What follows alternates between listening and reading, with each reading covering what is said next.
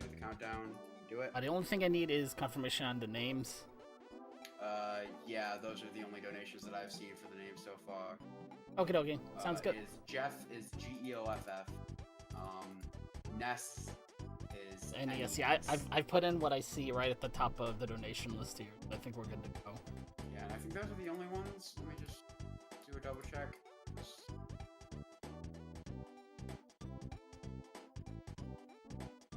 Yeah, looks like it. And whenever you're ready, you can do a countdown. All right. It's kind of nice little easy opening sequence. I can start talking. So I'm gonna do the countdown in 3, 2, 1, go. And I started my timer and didn't hit A.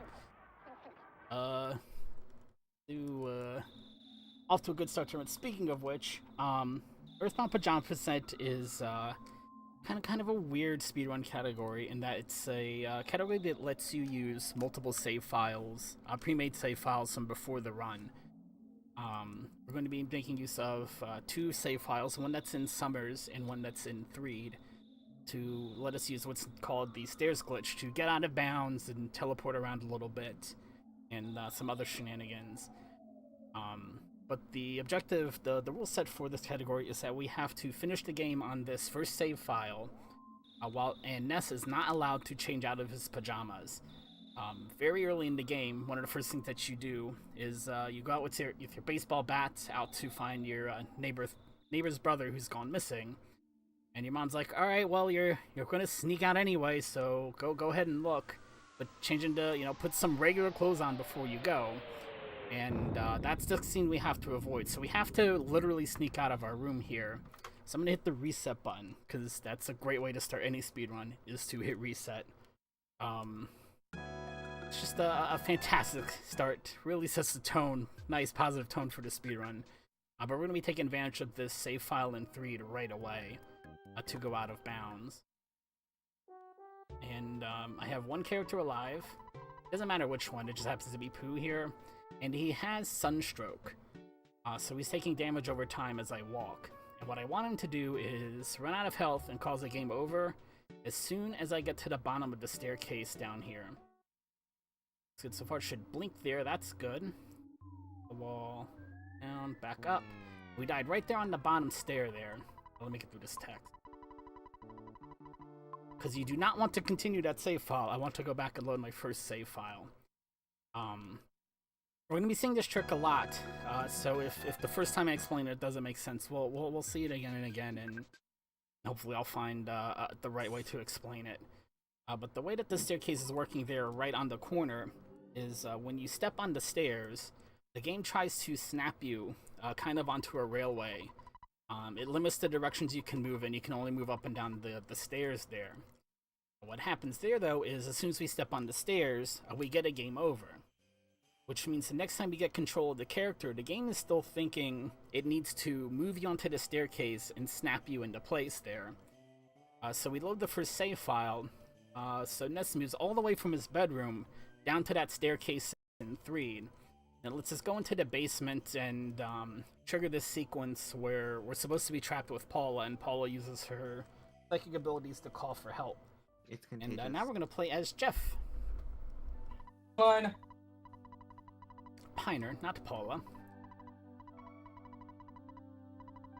But we're gonna play as Jeff for a little bit.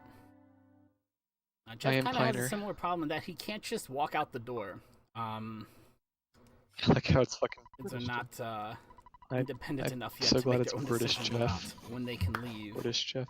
I'm so glad the dog is Palm. Oh my god, I'm so happy. One of Jeff's I'm so happy that it's Jeff, like the speedrunner.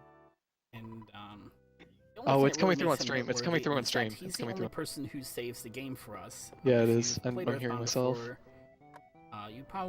you should know that in order to save the game, you don't find a save point or anything. You find a phone, payphone, or whatever, and you call Ness's dad, who tells you the status of your bank account and offers to save the game. But we've skipped the whole intro sequence, so Ness never gets to talk to his father. So we never get his phone number. The only place we can save the game is in the Winter's drugstore. The game kind of forces you to be able to save the game there, because it doesn't want you to be stuck playing as Jeff with no save point. Going to an island. There are a couple of phones that work only long enough for you to finish the Jeff sequence. And those will be the About only now. save points that we're able to use during the run.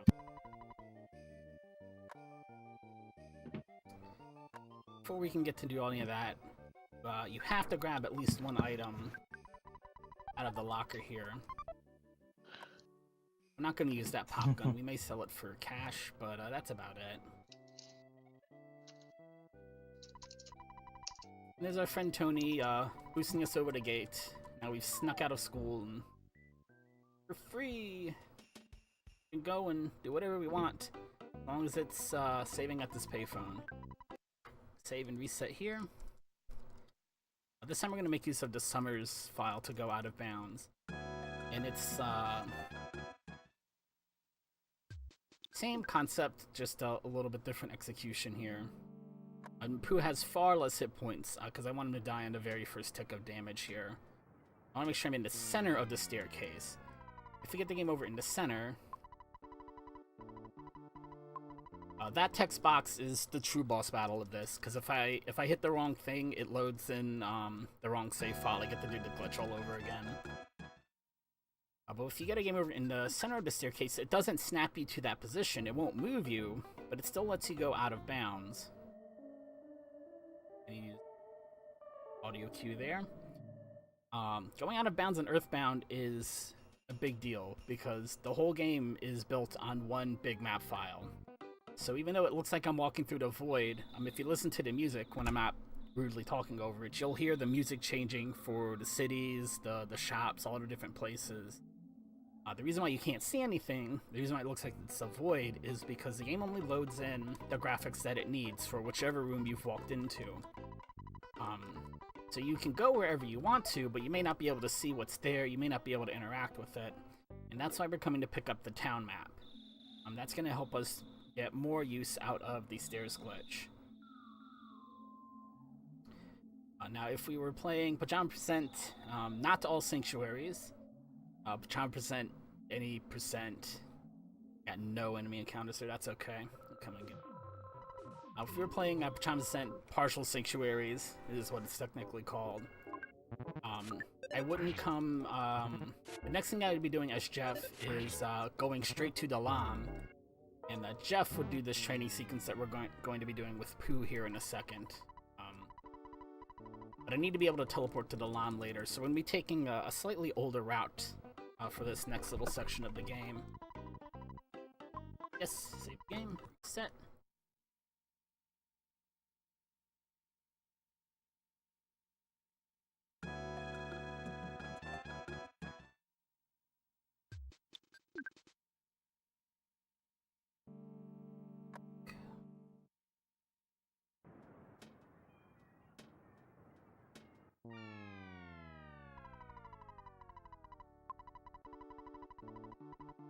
There we go.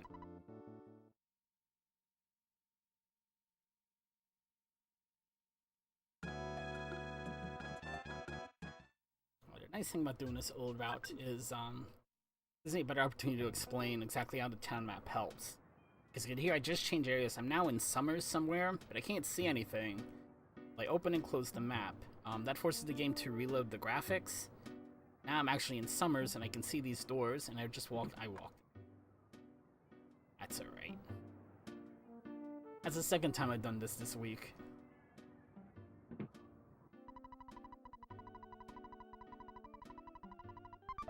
I don't realize how far west I've gone. Because again, we've cut this part. This part's no longer in the run. So I haven't seen Summers in a long time. We'll have a chance to change his name later, so I'm gonna. Now, EarthBound also asks you for the player name. Tony here, when he makes this phone call, specifically says, "Hey, you, the one holding the controller. I needed your name." Calls you out very specifically. You see, it gives you like 20 some odd characters for your name. It a lot of freedom of choice. More so than your other character, your party members.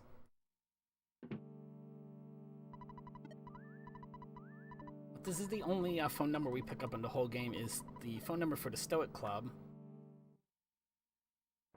Okay, nothing out here. Oh! Taxi cab. Oh, another taxi cab.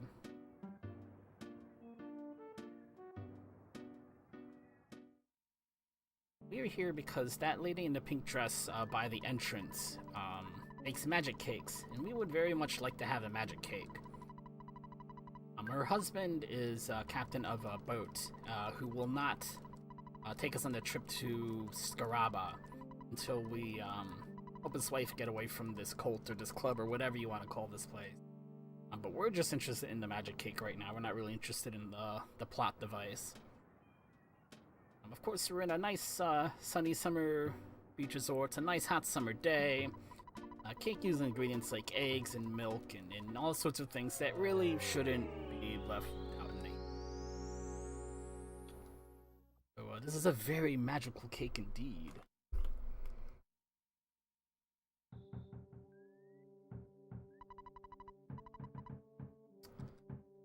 This is it's not a very long cutscene. It's long enough for you to run and grab a drink of water, stretch, get up, stretch, anything like that. But that text box, you gotta clear out that text box. That's cost me a couple of times.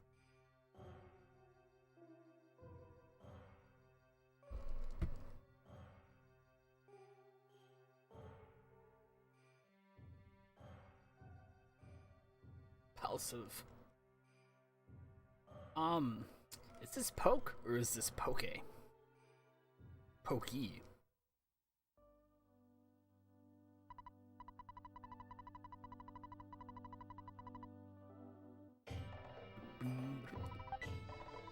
Whoa! Who gets very excited when he finds a chest to open up? That guy right there with the phone on his head, is a phone. And for this brief sequence where we're playing as Pooh, we can actually, the game will actually let us call Ness's dad, even though we don't have the phone number, to save the game. It would be really nice if I could go out of bounds there later, but as soon as I finish this trading sequence, the game does not let me save the game there anymore. So unfortunately we can't take advantage of being able to go out of bounds there. But if we weren't playing Pajama %, the stairs glitch, being able to save and use the stairs glitch, you could do that at any phone. The limitation is only because of the Pajama % limitations.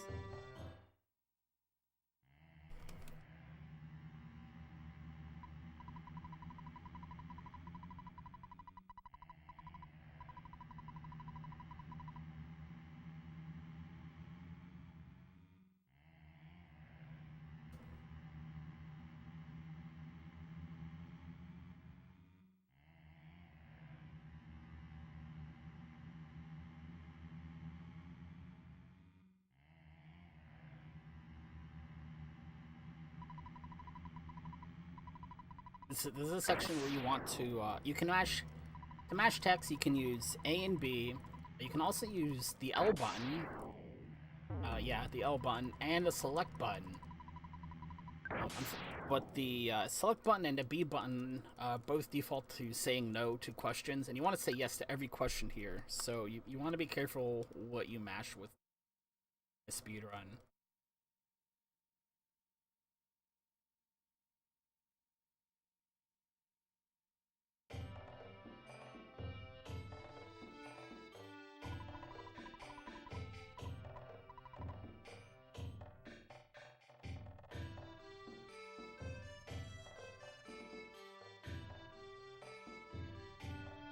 I grabbed the jar of deli salt.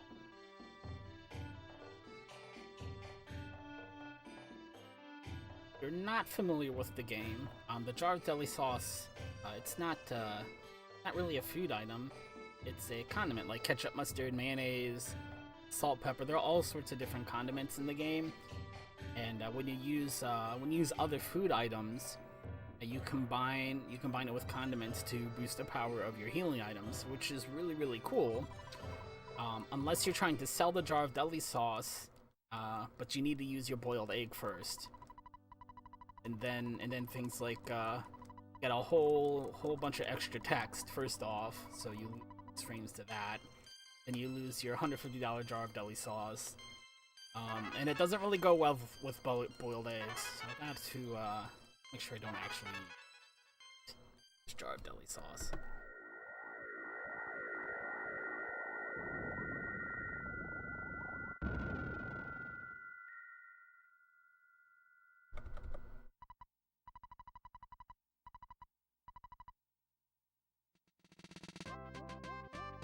Boom.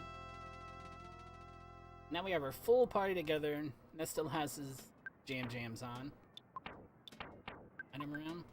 We have this teddy bear, but since we didn't get it added to the inventory normally, it's not actually in the party.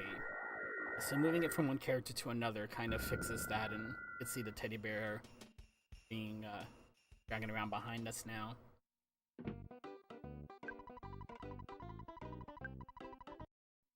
I'm gonna be seeing a lot of this Winter's Drugstore.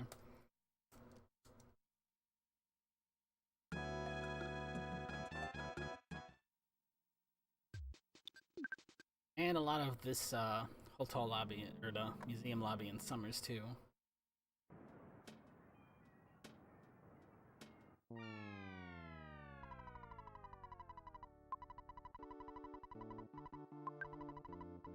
Now, I don't do any RNG manipulation in this run, and fingers crossed nobody ever decides to route RNG manipulation for Pajama percent. Because that is, I am not interested in that, to be completely frank. RNG manipulation EarthBound is real pain in the neck. But you'll notice every time I do the out of bounds glitch in Summers, that the NPC right outside the museum moves the same way every time. As long as I hit down once and load the save file, he'll move the same way every single time. So I know I can just hold down and left and dodge around him. But if I like misclick the menu or something like that, it's a little bit RNG because I may not know which way he's dodging. Right now I'm trying to get to Tucson, just so I can teleport to Tucson later to get more exit mice. I'm just using teleport to get around the encounter. There we go. Oh, not talking to anybody.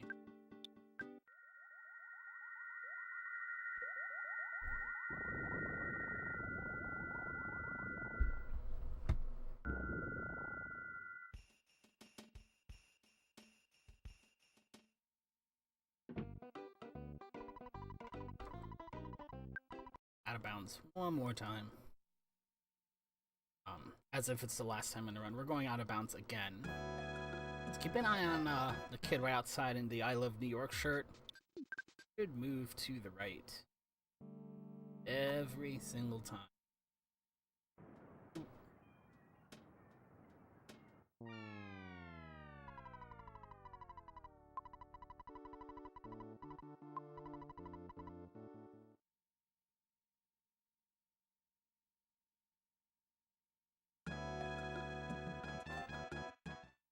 So for our next trip, I'm actually going to head to the desert.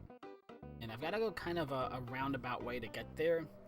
Again, because I have to play with the tile sets, and I only have the town map. And I can only open town map when the game thinks I'm in a town. Come up here to open the map. You load in this wonderful looking shack with a nice view of the ocean. Now the same tile set is this cabin here in the desert. So I can't walk straight here because there's no town map in the desert. Oh, nice. Buffalo, smiling sphere, grab a dog. Everything out to get.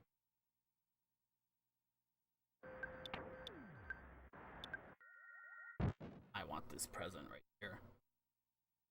I don't want to get into an encounter.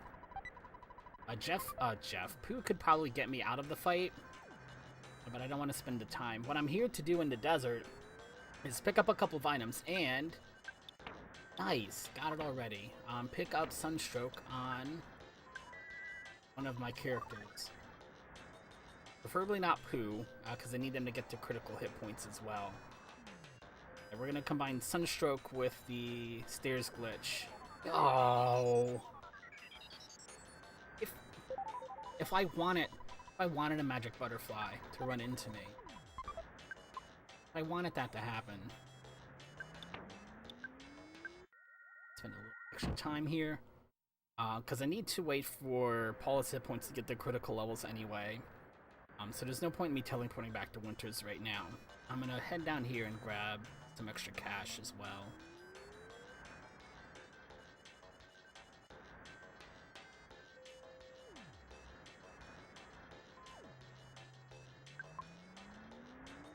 I might have picked up Sunstroke a little too quickly. Let's see. Nope, nope, nope. Nope, nope, nope. Ooh. This is gonna be a little bit close. If this doesn't work out, it's no big deal because everybody else has Sunstroke right now. Yeah. I wanted that message to pop up when I got to the phone.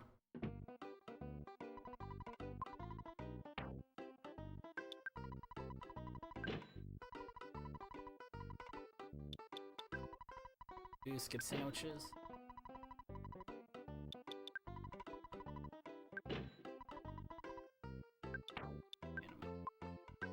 Sunstroke on Paula and on Jeff. I'll have to wait for Ness to get to critical hit points, so we'll get to sit here and stare at the phone for a little bit, unfortunately.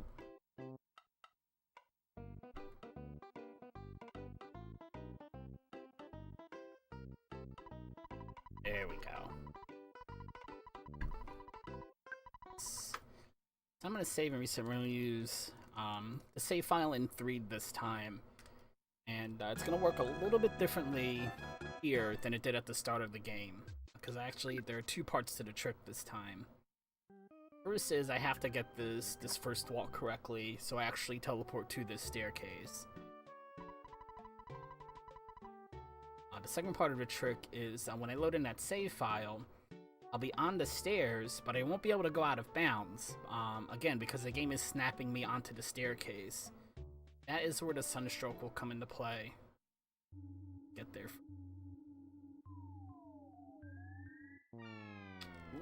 Ooh. I'm not, didn't look. That might not have, might have been a little late. We'll see.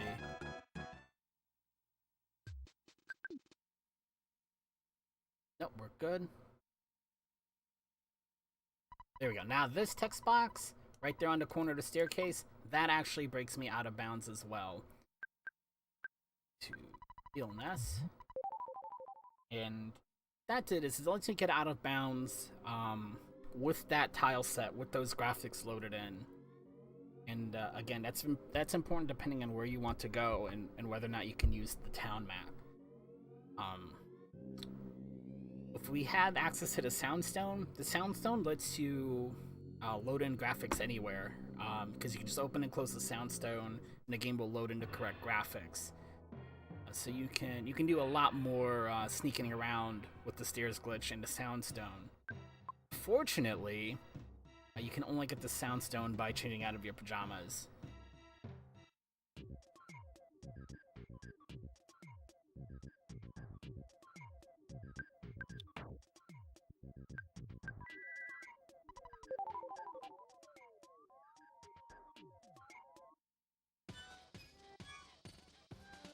This is the best track in the whole game, obviously. To second line from 9. I head a little bit north here. There'll be a little bitty bit of land that's actually the same basement I just left.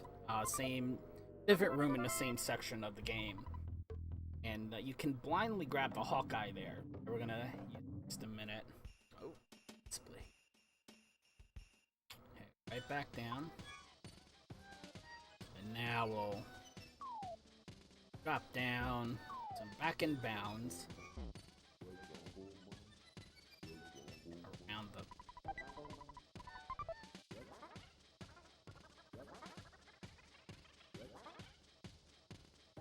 I'm gonna... It's one of those to get rid of the lag. And then just moved up top where they can actually attack me. Cool. Real cool, guys. Now, I need to heal, but if I use that revitalizer to heal, it will heal my sunstroke, and I'm not done with that yet, unfortunately. So we're going to stay at the Monkey Love Hotel.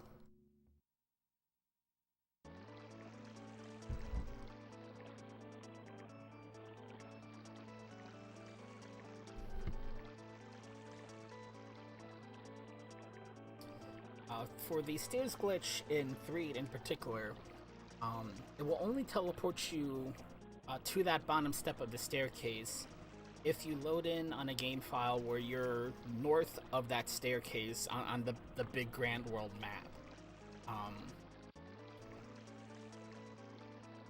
So doing the route this way is really nice because when you were using the stairs glitch in Summers, if you did that a little bit wrong and you hop on the submarine here, sometimes it would try to teleport the submarine to the Summers stairs, and that's just that's a soft lock. You get to reload your game and try that all over again.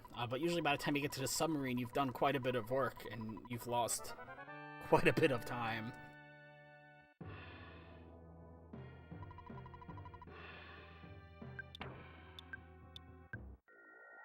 I don't want to actually teleport.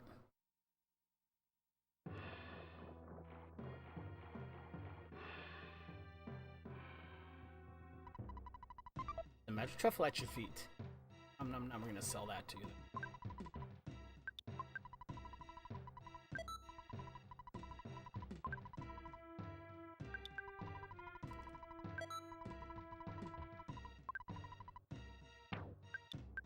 Lunch.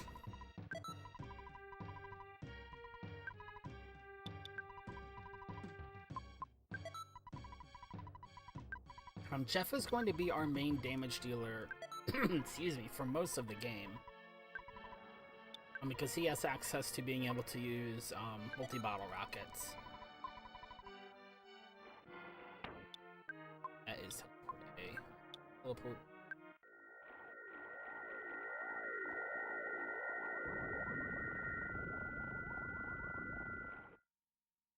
Check, Nessus. I already bought my skip sandwiches. I should have done that now rather than earlier. Save, reset. Other next thing in our bag of tricks is we're actually going to disable random enemy spawns for a majority of the game. We're not going to see any randomly spawning enemies almost until the end of the game. There are a couple of sanctuaries we'll do at the end where I'll have to dodge encounters. Because we're doing an all sanctuaries run. But in regular Pajama percent, you turn off enemy encounters until the end of Magic Hand, and at that point you're headed right to Gygas. And you can use the stairs glitch to dodge whatever's left the map for you to fight. Turn.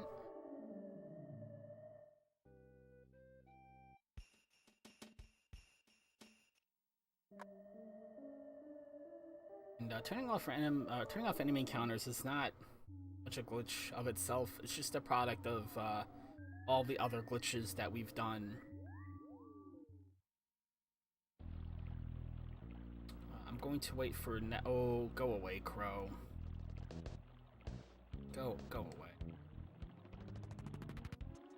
And I have to. Wow. Okay, it's stuck on the fence. I just need to wait for Ness to hit critical hit points. Because turning off random enemy encounters also turns off damage over time until you reload your save file at least. But enemy encounters stay off. The reason why it does that is that right now the game is turned off random enemy spawns and damage over time, so that there's no possible way I could cheese or death warp or somehow avoid this unavoidable encounter with Pokey. The game does absolutely nothing to prevent us from just teleporting past him. That's what I'm going to do. So the game is programmed to turn off enemy encounters and not turn them on until we finish that fight with Pokey. And Pokey's he's just standing there. He's not gonna chase us. We don't have to worry about him. Yep, save, set. So, until some sort of big cutscene happens, like getting on the submarine or at the end of Magic Hand, any of the character introductions, like when you start playing as Pooh or as Jeff, those sorts of things will turn enemy encounters back on, which is why we did things in the order that we did. We got on the submarine first, and then we went to get the Franklin badge. Because now the only thing left for us to do that'll turn enemy encounters back on is... Oh no, I got stuck in the tree. Is go to Magic Hand. Gotta be quick here. Oh! I might have pulled that off. We'll see. I am not a big fan of the stairs glitch in 3. It's really, really nice. It's a huge time save. Don't get me wrong. It's a fantastic trick. You absolutely should learn it. But man, oh man, see, I wasn't quite far enough. It feels really bad when you don't quite get it like that.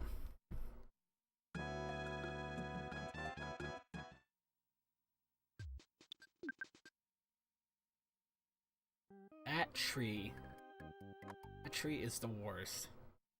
The rest of the movement's very, very easy.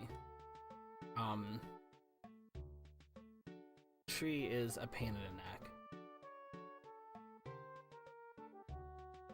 I got caught again.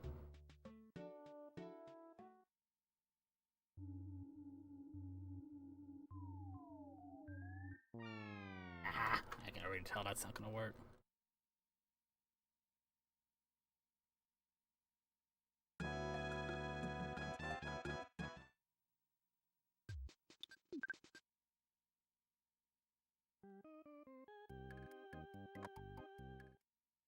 Alright, 3rd time's the charm. I hope.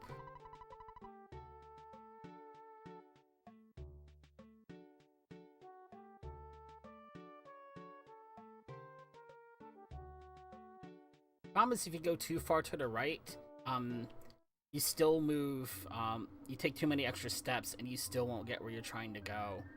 So trying to dodge around a tree isn't necessarily helpful either.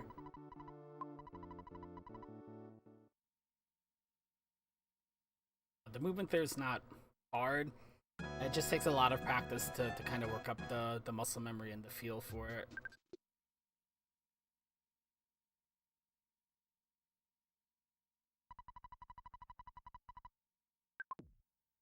Now I'm done with trick involving sunstrokes. Let's heal.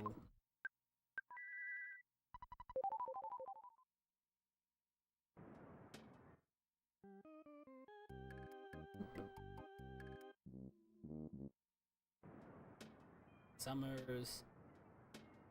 Some other song. At a hotel, then it'll be some song I can't remember what it is. It's a hospital. And I'm gonna turn north. I think I should move east a little bit. Because I'll be on the left-hand side of a room I want to walk east in. And as long as they don't open the map, that cave also shares a tile set with the Starman base. So I'll be able to go right up to Starman DX and punch him right in the face with my multi-bottle rocket. Is the grand plan. He may open with Starstorm Alpha and kill everybody. We shall see. There is I do need some good RNG on the first turn for this fight. If I can get past the first turn, I feel okay about it. Oh, she doesn't have Super Bomb. Multi-bottle rocket. He's got my Super Bomb. He called for help. That's good. Need a good damage roll. Could have gotten a better damage roll. That's alright. We used both Super Bombs. And get a massive level up sequence here because we were way under level for this fight. Like I said, multi-bottle rockets off of Jeff. Very, very nice damage. That makes up for most of the level differences we'll have in this run. This is gonna be about 2.5 minutes of leveling up. Just get used to this music.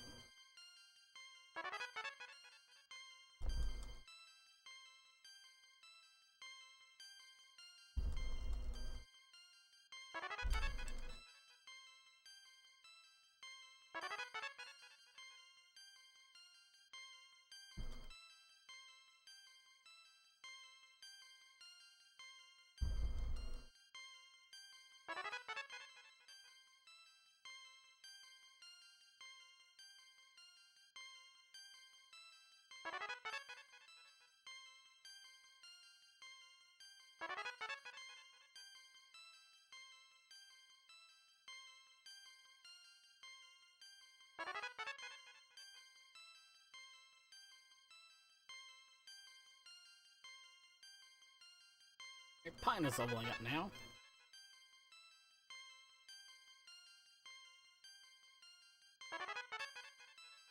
Alright, my split timer says we're 1.5 minutes into this level up sequence.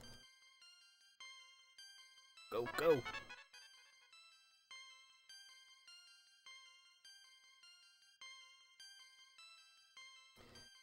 The next thing we're going to do is take advantage of the exit mouse we picked up a long time ago now. The exit mouse, the item description says he takes you to the entrance of the cave. As far as game programming goes, what actually happens is he takes you to the last cave entrance you've walked through. So right now we're in the Starman base cave. But if I use the exit mouse now, he's not going to take me to the entrance of the Starman base because I didn't walk through the front door. I'm going to walk through other doors, but I didn't walk through the front doors. So right now the last, air quote, front door of a cave I've walked through is the cave in Happy Happy Village by the drugstore when I went to go get the Franklin badge from Fake Paula, who will forever be stuck in that cage, and when I turn off random enemy encounters. So the exit mouse is going to take me all the way back there. Which is going to save me an extra trip out of bounds to go up there to fight the Sanctuary. The Sanctuary boss that's over there. But first we gotta finish leveling up.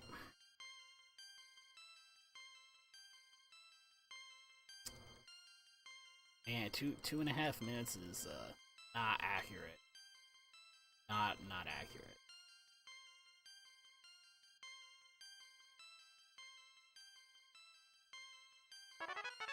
We're almost done now though. More like 3.5 minutes. Alright. I guess we're pushing. Let's see. 3:24 on my timer. Awesome. Jeez, it's not even like plot. Didn't even advance the story. That's just, hey, you leveled up. Here are your stats. And before I go, I've got to mash you with a little bit more text. Come here. It's gonna give me a satin ribbon that I'm going to sell for cash. And I've got to talk to the doctor. This is super important. If you don't do this, you cannot finish the game. You can go fight Gygus. You'll think you're about to finish the game. You'll get to the last phase of Gygus, and then the game will soft lock, and you'll realize you've literally soft locked the game. And I think at that point, you have to start the entire run over. You literally can't finish the run. And even if you backtrack and go talk to him, I think the events happen so out of order that the game can't actually fix it for you. And what I'm trying to do here is a cliff skip using the Skip Sandwich Deluxe, which lets me run a little faster. I'm trying to get the game to let Ness break through the boundary here. And it's going. There we go. There we go. That just saves me having to walk around the whole cave here. That particular cliff skip isn't the biggest time save in the world, but the ones I'll do later on in the run will shave minutes, many encounters, many minutes off of the run. So we're going to fight the second Sanctuary boss first, Mondo Mole.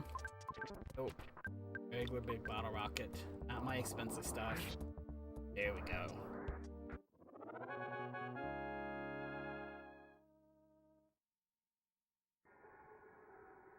is the first sanctuary of the game.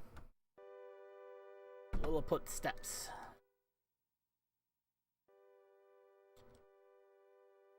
At the ATM for shopping.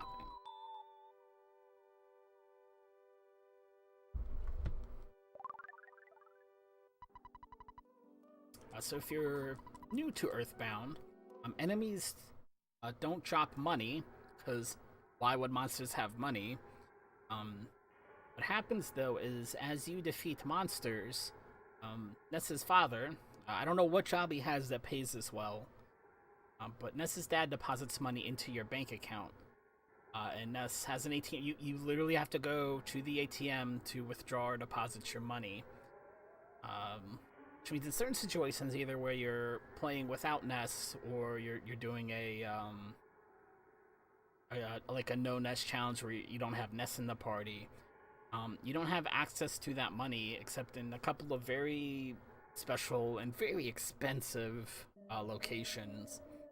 But as long as you have Ness's ATM card, you can use the ATMs free of charge. It's really nice. $2.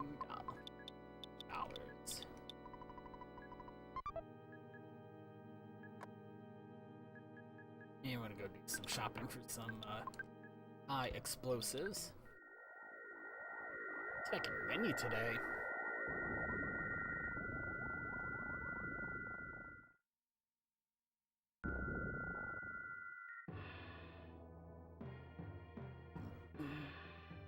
One of the ways you can get money without the ATM card is to talk to an NPC pretty close to this guy, just a little bit south. We're gonna walk by him in a second, so I'll talk about it then. I meant to hit sell. There we go.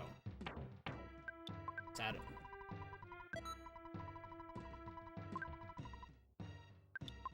Let's pill. Here, I gotta move that big bottle rocket at some point. Jeff has a couple of items. Does not have anything I want to sell.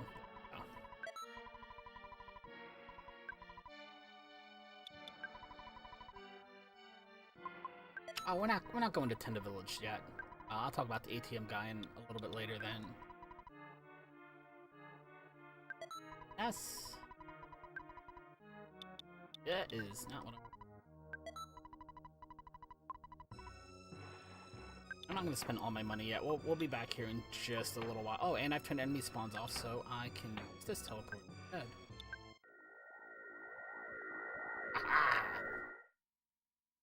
So I don't have to worry about running into one of the mini moles that are up there sometimes. Grab a couple more skip sandwiches because I have another cliff skip to do. I'll grab 4.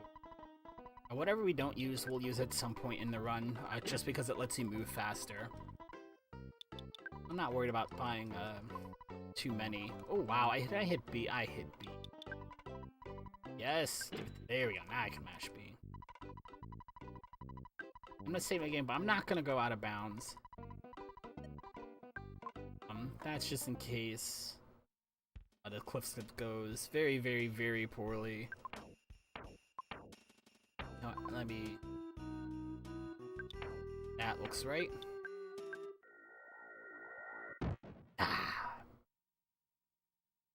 I am trying to teleport myself through that cliff there. Kind of like what you do with skip sandwiches into cliff skip, except when you get the positioning right, teleport does it.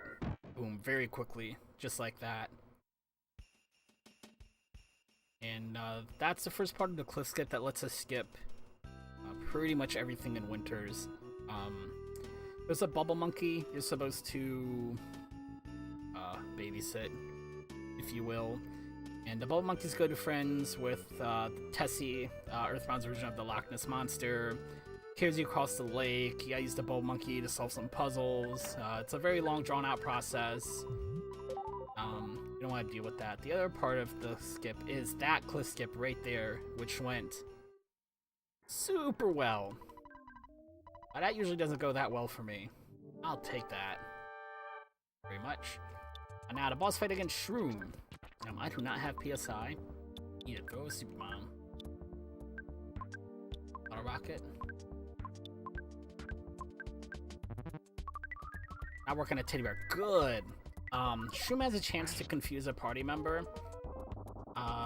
If he confuses Jeff, that multi-bottle rocket will kill us. And also waste my one multi-bottle rocket. So not only do I kill one of my party members, I don't have any more damage. So that would be at least a reset back to the stave.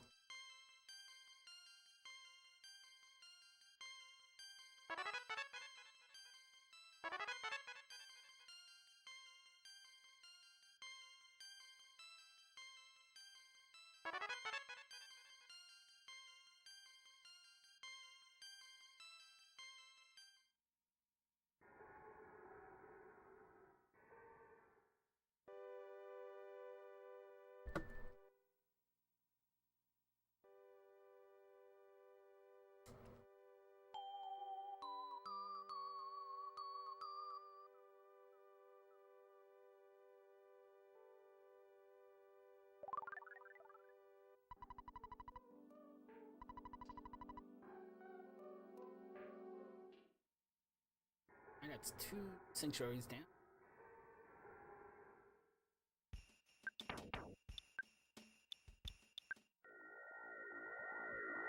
Ooh.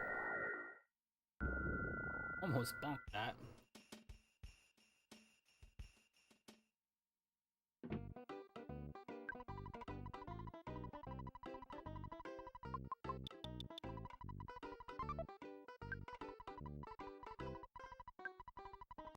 Set. We're gonna head back to the library in Onet, to get the Book of Overcoming Shyness next.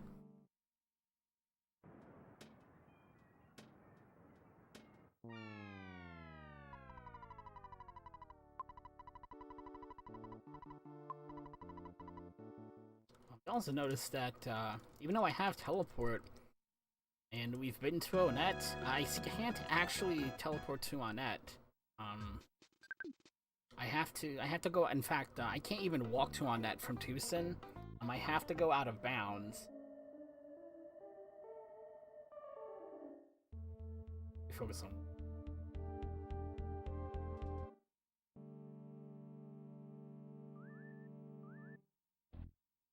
It's the.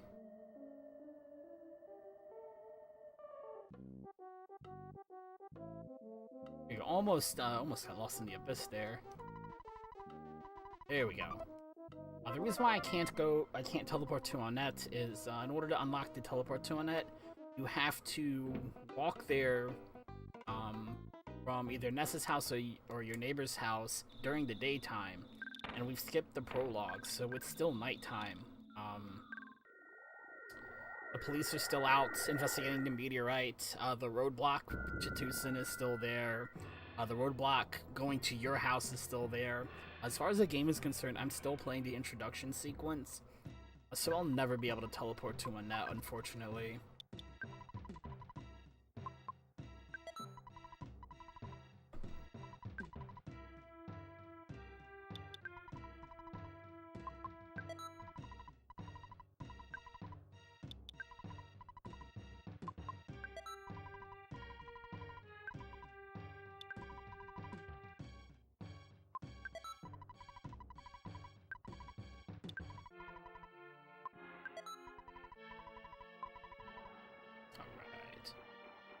Now, the reason why we used to 3 skip so much early on is because now for this walk through the deep darkness, I have Pooh in the party, which means I have teleport, which means I can walk through this instead of at this slow, half-swimming, you know, whatever you want to call this movement speed.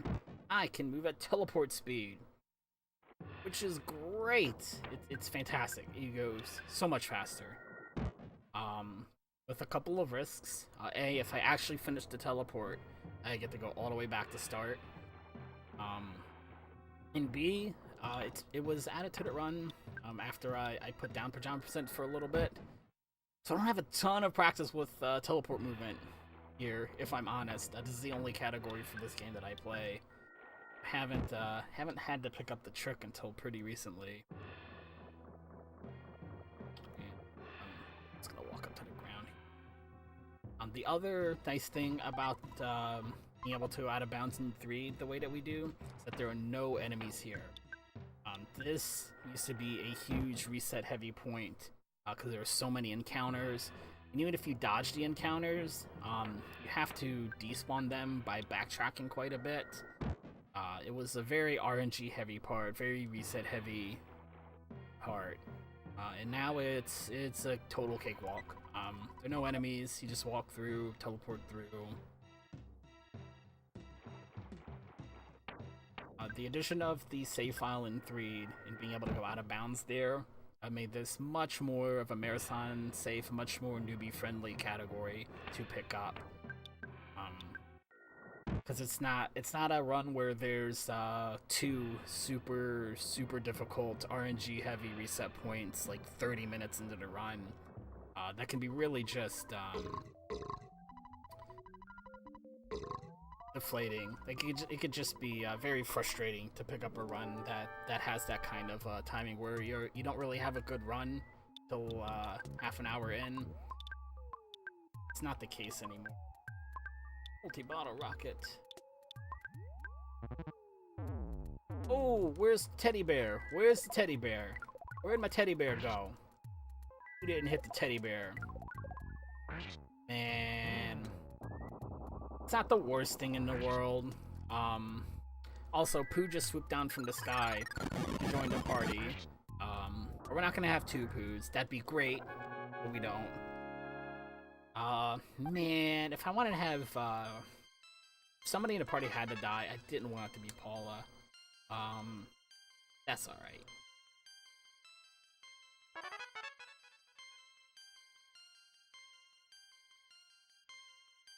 Yeah, Pajama present, speaking with my wealth of EarthBound speedrunning experience in that this is the only category that I run. Pajama present is a cool category. It's a good one to pick up for EarthBound. I just feel like it's kind of a silly, goofy speedrun. You're doing the whole thing literally in pajamas.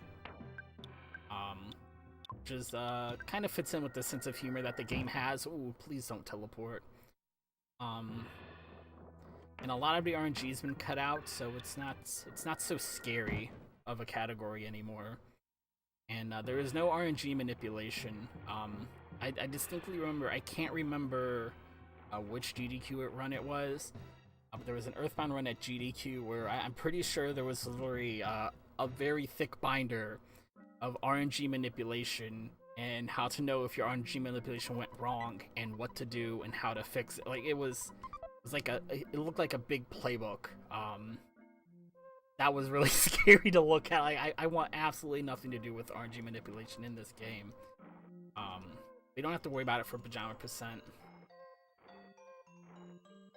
And as you'll see, that last fight didn't go great, but it's not gonna matter.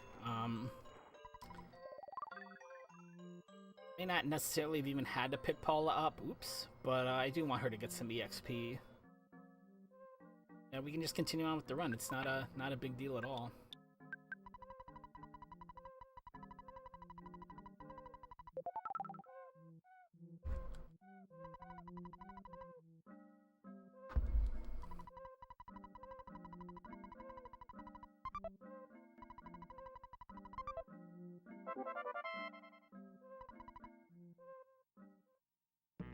But the bum. This is the one time we're gonna see the photographer this run. Fingers crossed, hopefully.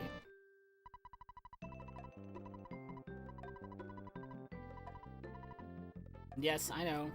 Pajama Ness is not supposed to be able to leave the house. So Pajama Ness is missing quite a few sprites. Oh, hey. You can name the player.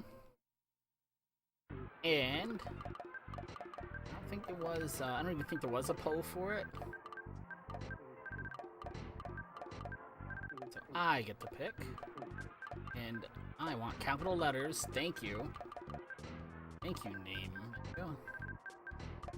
There we go. I misspelled Twitch chat. Look at that mess.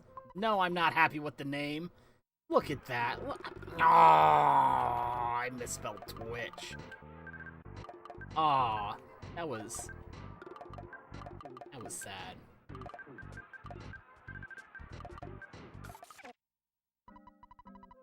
Yes. Yes.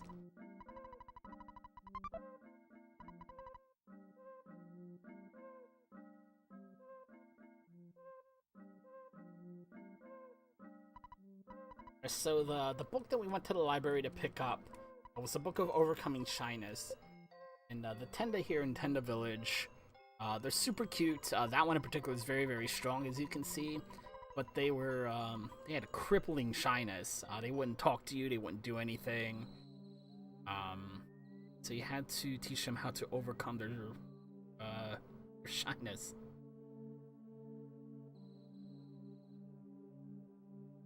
And look at it. No enemy encounters. It's so nice. Such a good category. But again, you'll see on these ladders, Ness doesn't climb down ladders so much as he just walks over them. Again, because Pajama Ness didn't need those sprites on the sprite sheet.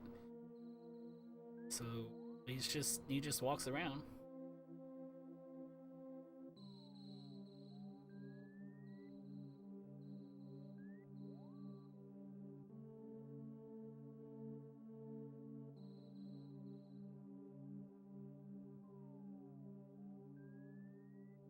Before you fight this boss, get this.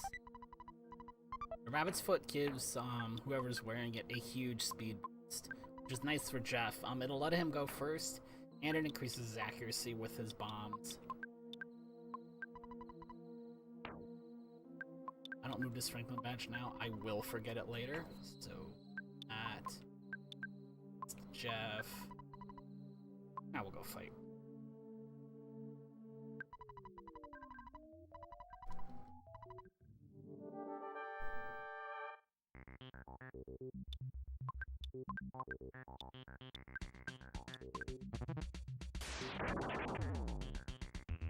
See, there's my teddy bear.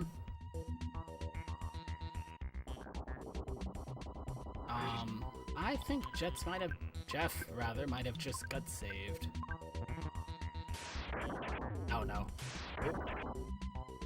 Yo.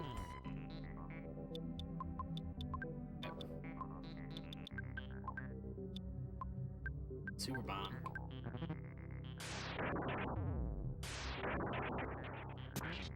Man! Through all the lightning today. Oh, and he didn't want to go down.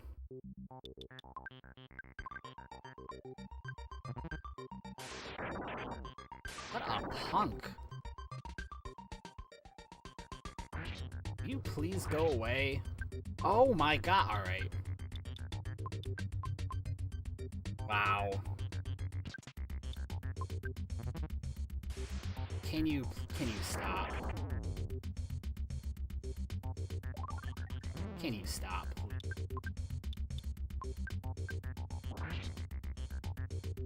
Oh my god. How bad was the damage roll on that multi-bottle rocket? Was it that bad? I guess it was that bad.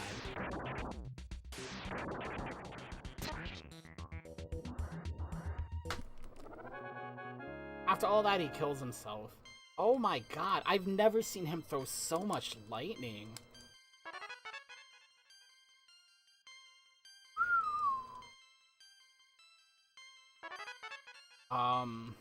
Let's see, what did I use?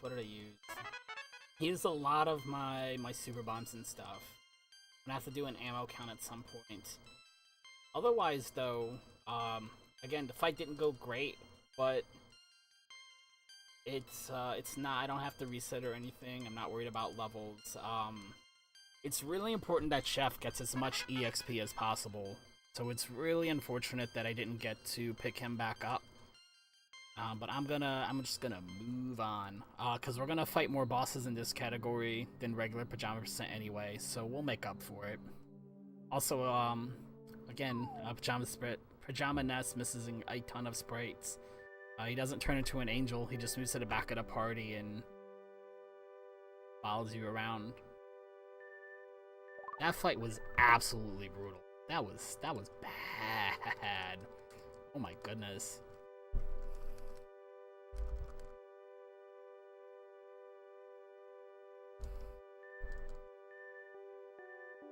And at some point he used neutralizer.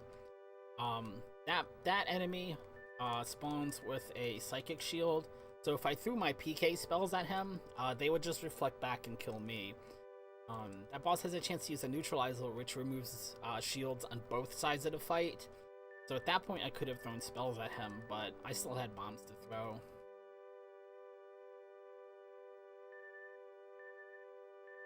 Yeah, it's just gonna be a little bit behind the XP curve. But it's just as likely that somebody else will get sniped in another fight, and Jeff will get a boost in EX that way. I'm not gonna worry about it.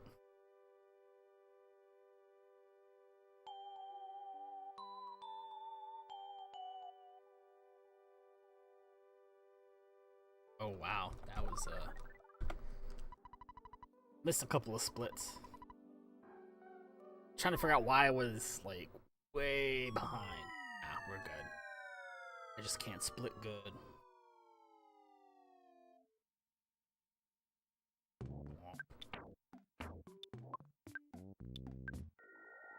I just got to the underworld, but I'm gonna teleport to the underworld.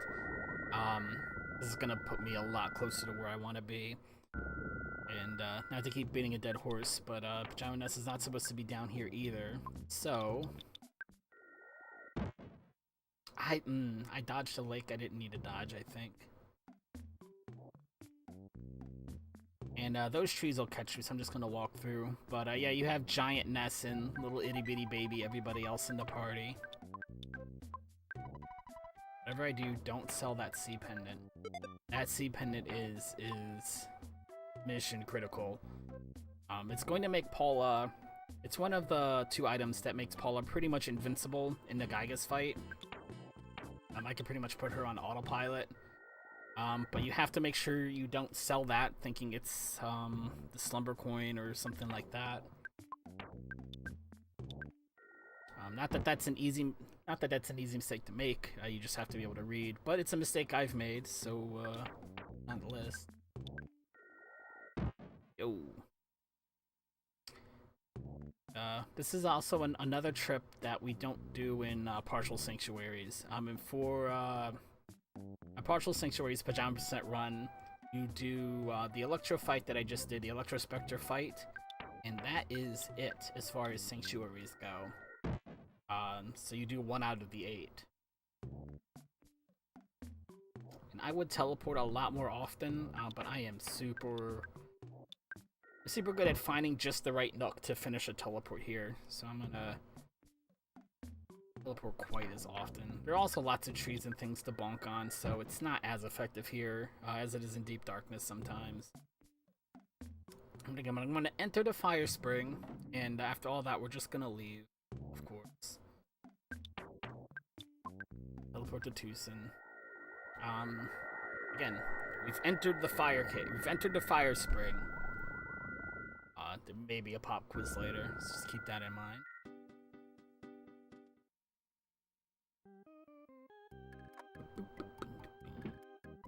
Quite a bit of money here. Yeah, 10K.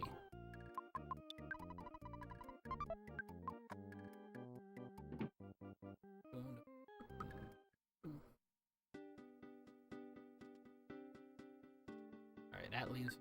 Got 10K on me, and I have some items to sell. I got a little chart here to help me with my shopping trips. Let me see. Can buy through Cloud Fight.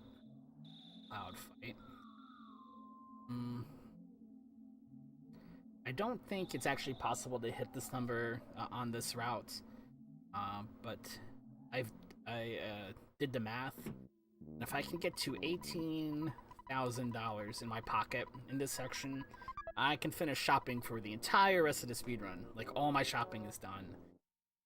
But I don't think we're going to be quite there yet. The math just doesn't work out in our favor.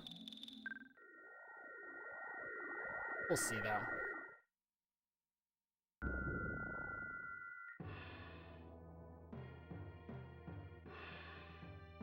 I don't even think it's reasonable. I was just extrapolating the math for writing down on my notes. I think that's pretty much it for things I can sell. Oh, that death ray. Hello. Yeah, I can't. Yeah, 4K short there. By 5 multi-bottle rockets. 1. Ooh. Hey. Nah, I still don't have enough, even though I have a extra multi-bottle rocket by accident. And I don't want to finish half a shopping trip, so we'll just buy 5.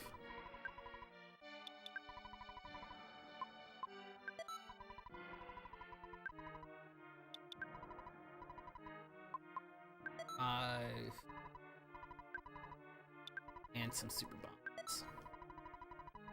Actually, gotta grab a couple of extra of these too. I had to use way more than I was planning on.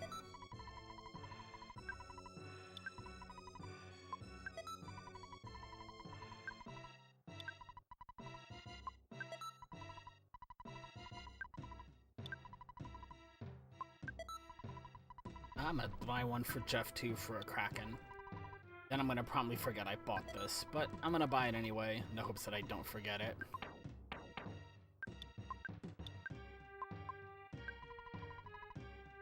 See if that did what I wanted. No, it did not. That's alright. Alright. Teleport, Winters. And we're gonna head back out of bounds here in a second.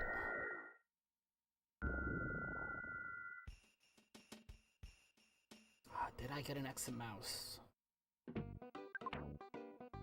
Yes, okay. Alright.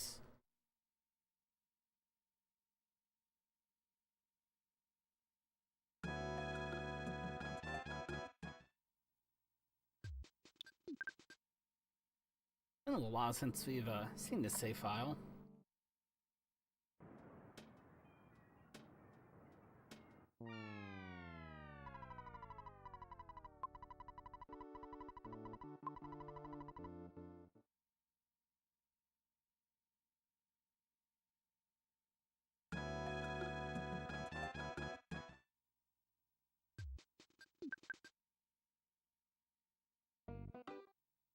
We're not gonna head to the north this time. Ha!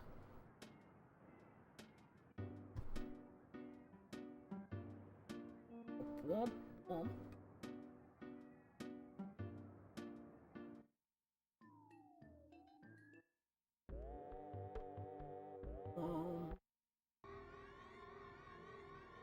That sounds like somewhere in Onet.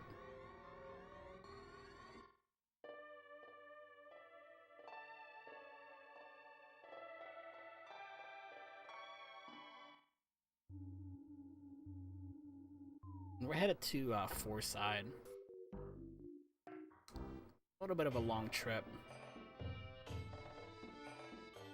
And skip sandwich would be nice here, but I'm going to hold on to them for, I've got one more cliff skip left.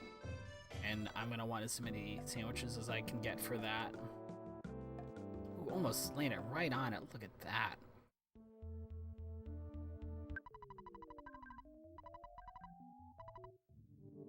Boom. And it's multi-bottle rocket because it's weird menu spot. Oh yeah, who's going first because Jeff missed on EXP? That is something I didn't take into consideration. Jeff's speed's gonna be a little bit lower.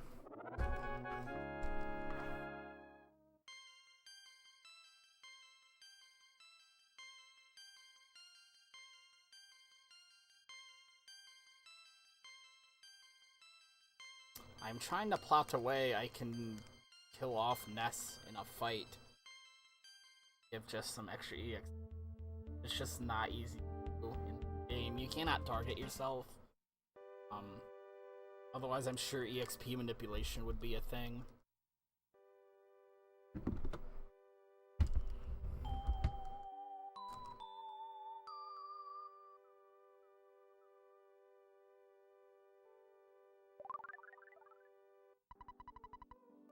Alright, you see there's a treasure chest right here. Boom, gotta open it. Whoa, carrot key, you need that. Now we're gonna use the exit mouse, which is gonna take us back to the last cave that we entered. What was that, everybody? Yeah, we're going all the way back here. What's really nice about being able to do that is it gives you a chance to go shopping before you go fight Carmen Dog and Diamond Dog. So you don't have to go to the underworld, then go teleport to the deep darkness, then teleport back to the underworld. You can route much more efficiently than that. That was a bag of Dragonite, which is a nice DPS item, kind of like the bombs.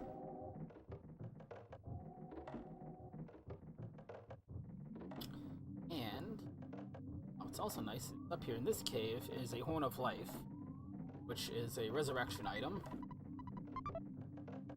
Since everything's gone all to heck anyway, I better grab one, because I think I've already used all of my resurrection items at this point.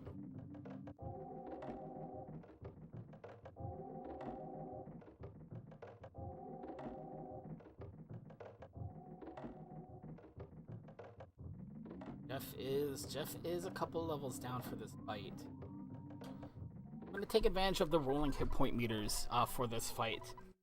You might have noticed as the hit points go up and down, when characters take damage, they don't immediately take that damage. Their hit points count up and down one by one until they get to the right number. We're going to take advantage of that here, because your characters don't actually die until they tick down to 0. Oh, of course. Of course. Yeah, everything's a little bit off. Jeff is so far behind. He is so far. That is not good. Well, since Jeff's dead, I can pop Starstorm early.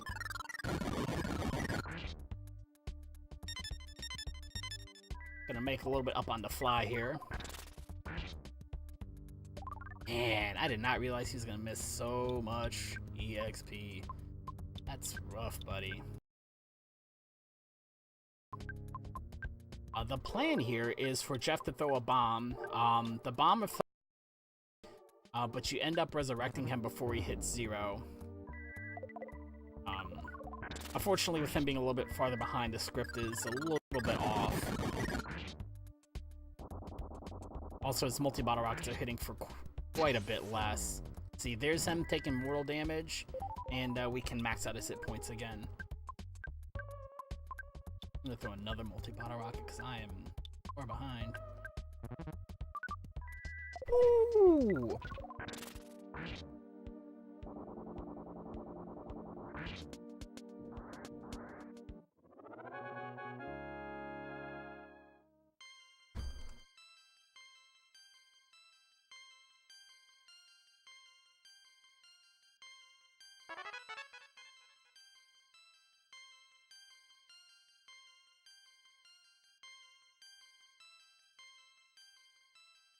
Ooh, and see, I was trying to figure out how to beat a fight with somebody dead, and I managed to stumble into it.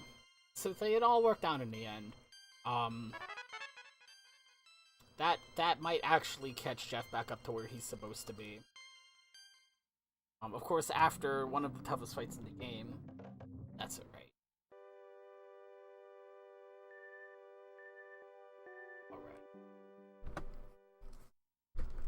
Only cost me 20 seconds on that split.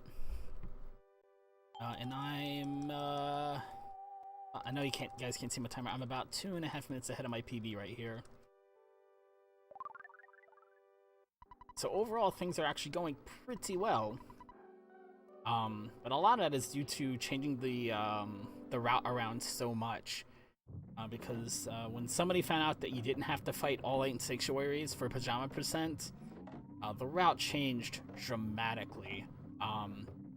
It went from a 145, 150 world record to it's actually now under an hour, 10 minutes for world record, and it's only a couple of minutes behind any percent world record. It's very, very close. it just cuts that much time out of the run. Unfortunately, when that happened, though, also everybody stopped running all Sanctuaries. Where am I teleporting? Tucson. I have to go to the ATM. That's where I'm going. So I've been fiddling around with the routes all week as well. I could have run the old Pajama percent category, but I wanted to put in the new stuff for you guys. It was a donation incentive, and wanted to put in all the new tricks. I better grab this 600.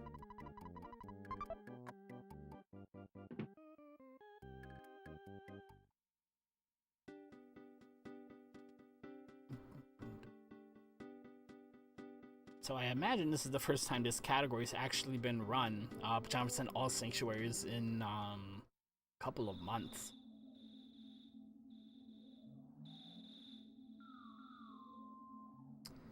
Let's see.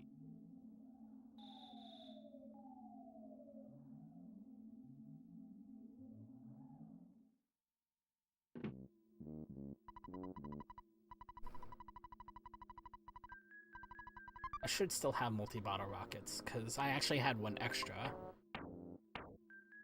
Yep, alright, I'm good. Now we're going to take that teleport to the LAM. It cost me an extra minute and a half to unlock earlier, and it just shaved off about 2 minutes, so super nice. Yo! And this is what you needed that carrot key for, so if you forgot to get that carrot key after you fought the rat, this is when you'd realize you just wasted about 5 minutes of your life having to go back and get it.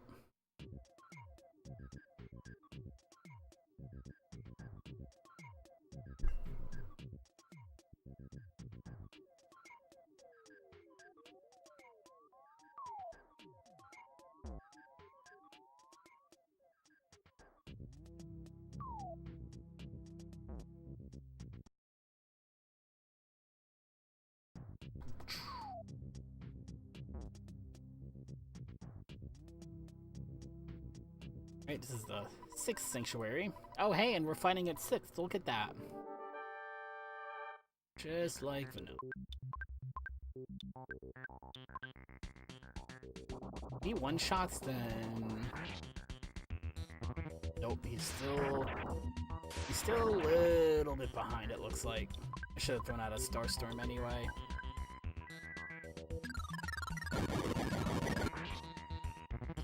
Oh... Can I get a damage roll today, please?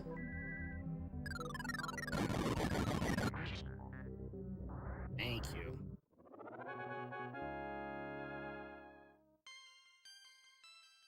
I know we cut out a lot of RNG in this run, but what is left has not been very friendly today. Goodness gracious.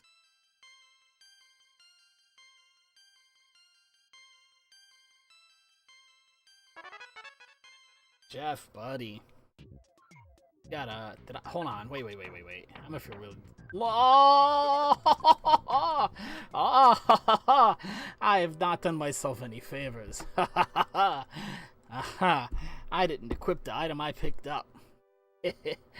No wonder why everything's been just off. Now it all makes sense. It all makes sense. I didn't equip the gear. That's kind of important in RNG, in an RPG.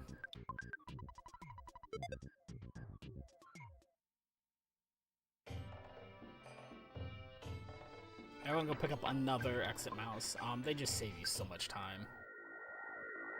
We'll hit the ATM again. Which I shouldn't have hit it last time. It's alright.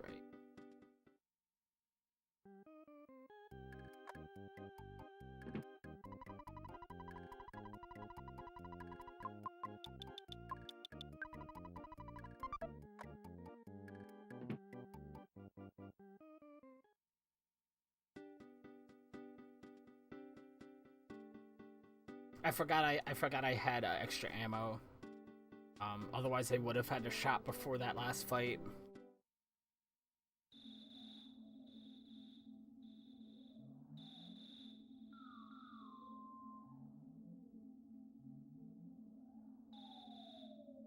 So, not having that rabbit's foot on explains why Jeff has not been able to deal damage. The higher speed stat really helps him land those bottle rockets. The multi-bottle rocket has, I think, 20 attack rolls tied into it. And you can hit or miss anywhere from 1 to 20. It's very RNG dependent. So lowering your accuracy over 20 attacks is kind of a big deal. That's the wrong teleport spell, but it'll be alright.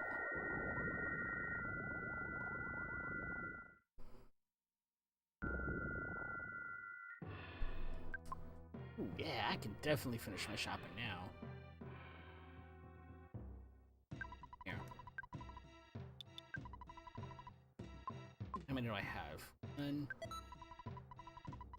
2 for Gygas, but I'm gonna grab 3 because I have the cash for it.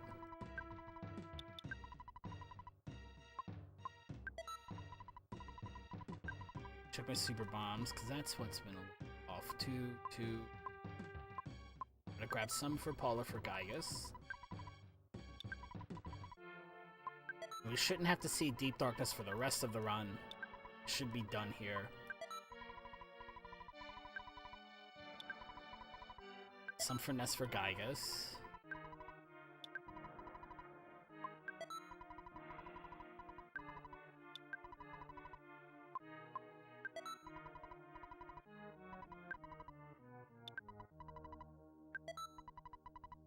You should be done here. Port enters. Up button. Up button, please. There we go. Alright, now we're gonna head to Magic Hand. We'll be back, so I'll grab skip sandwiches later. Which means they're gonna go out of bounds, but we're gonna go out of bounds in a different place. Let's see if I get lost here this time. Up. Aha! It didn't go the wrong way. Look at me. Almost made it wrong. This way. We're going to save in this tent. Again, this is a tent that Jeff would be able to get access to playing by himself, so we can save the game here.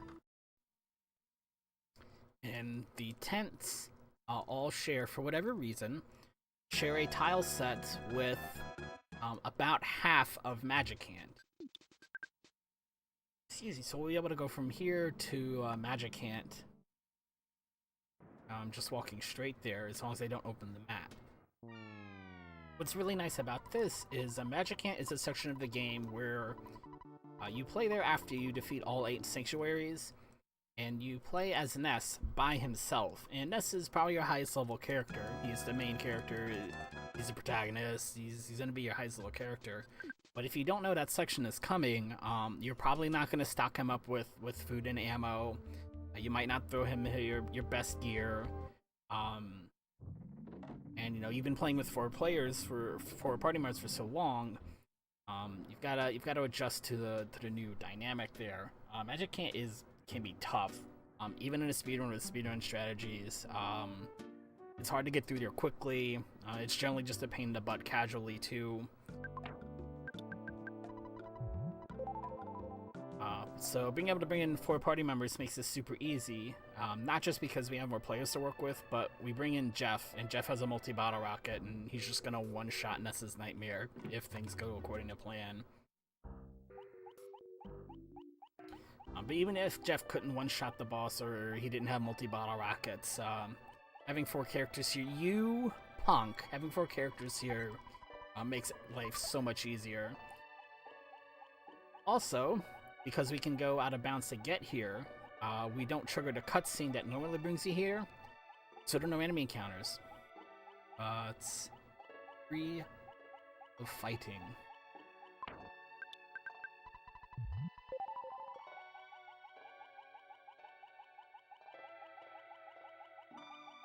because even in a speed run,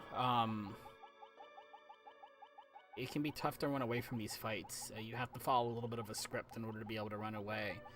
Certain enemies need certain status effects. Certain enemies you should just try to run away from. You've got to keep yourself healed up if you don't run away right away. It's generally speaking, it's just a hot mess. This part, can't do too much about avoiding these Krakens. That first Kraken actually behaved. He just sat in the corner. He never does that for me, so that's great. This Kraken is in a terrible place and just swam away. So that Kraken is actually very nice to me too. Stay over there. You stay there. Oh, please stay there. Don't come over here. Oh my gosh, I dodged all the Krakens. I didn't even have to work for it. Everybody cooperated. Did you see that? That was beautiful. Oh, that was nice. That's never gonna happen again. One shot, yes! Yes, Jeff got that rabbit's foot, and now he's got damage rolls. Yes! That magic ant was fantastic. This is for sure gonna be a gold split. Oh man, that went so well. I cannot tell you how much trouble the Krakens have been in practice all week. That first Kraken, if he spawns in that bottom right corner, you can usually sneak by him and he won't come after you. What usually happens is he's literally waiting at the mouth of the tunnel, ready to chase you halfway down the hallway if you try to run away. So I just run into him and fight him. That's what I grab super bombs for, is for the Kraken fight. The other two, even if they don't do what they just did, you can kind of manipulate them and get around them, but you gotta work for it a little bit. But they just parted the Red Seas for me and just let me walk by. That was fantastic.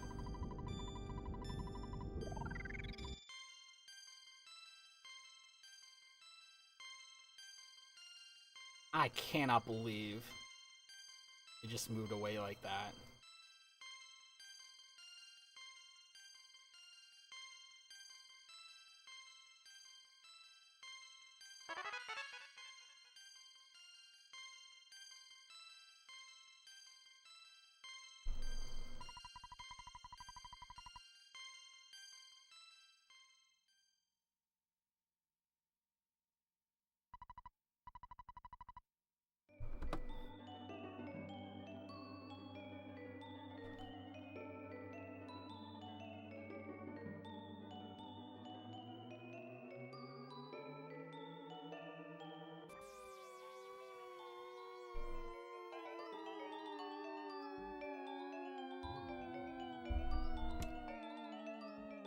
Alright. So before I do anything else, I need to unlock the teleport to Saturn Valley. We kind of have the same issue here that we have in Onett.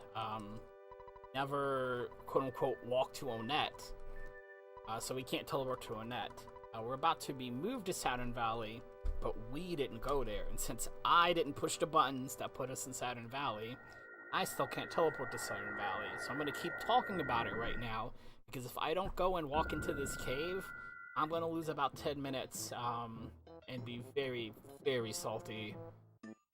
Very salty indeed. All I have to do is go over here, this cave, walk back out, and now I can teleport to Saturn Valley. The other thing I have to do is talk to the doctor.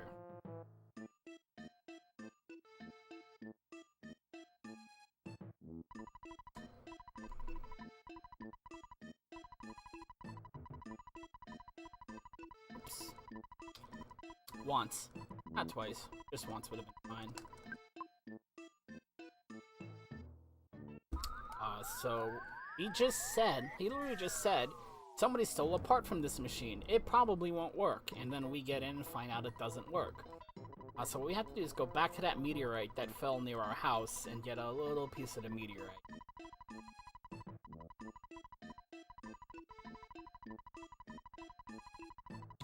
Before I go there, though, yeah, I've got money. I'm gonna go buy a Horn of Life from the store. Because I'm walking by there anyway. And I'm gonna try and do this cliff skip now. I'm assuming and I don't, so I'll save it for but I already walked up. That.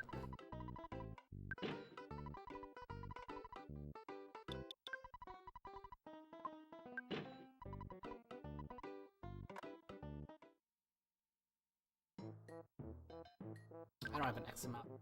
Oh, I do. Oh, good. For a second, I thought I forgot to do that.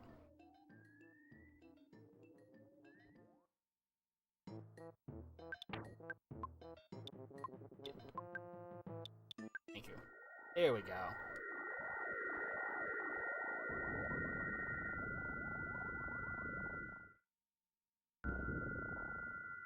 Alright, so I got a little bit excited. I thought I still had skip sandwiches left. I could have saved that shopping trip for a little bit later.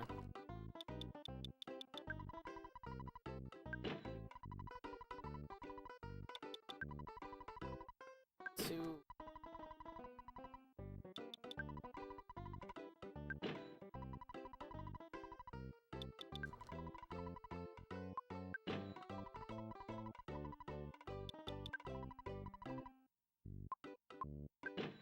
Oops, that's not Paula. That's okay.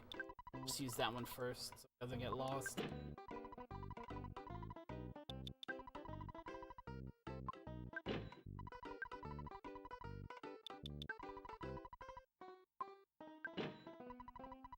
Alright.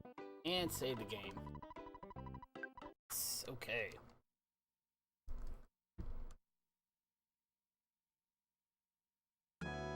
So we've got 2 sanctuaries left. And the next one we're gonna go to is the first one in the game. Giant Step. And we're very, very over leveled for this fight, as you might imagine. So I'm not gonna use any of the bombs and stuff I bought on this fight. Why we save it for now is it's a nice getaway afterward. The out of bounds trip to Onett is very, very long. It's one of the longest walks we out of bounds take. It's Jeff's.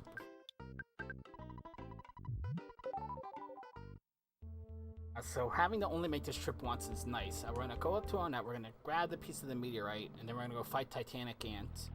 And I won't even have to walk out of the cave to teleport. I can just use the exit mouse and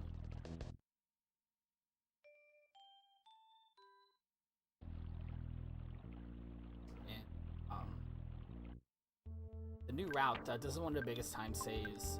The new way that we route Pajama and all things is only having to make this trip to Onett once.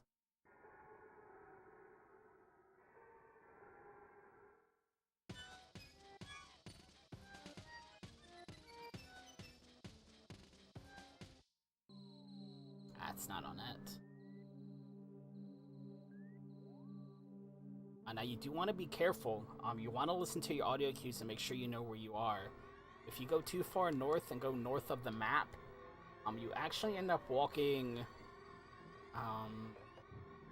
You'll hear the music for when you're naming your characters at the start of the game, and the game will have absolutely no idea where it is you're trying to go, and will usually soft lock at that point, or just freeze, or bad things happen.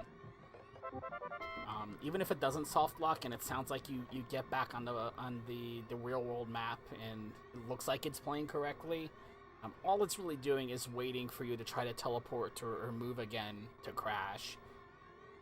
Do not want to step off the top side of the map whatsoever.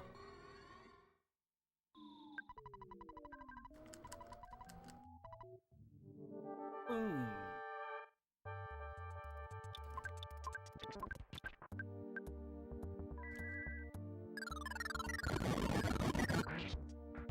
There we go. Now, as far as going off like the east or the west side of the map goes, I think it'll just wrap you over to the other side, and it won't adversely affect your game. But try not to do that either. That may not always be the case.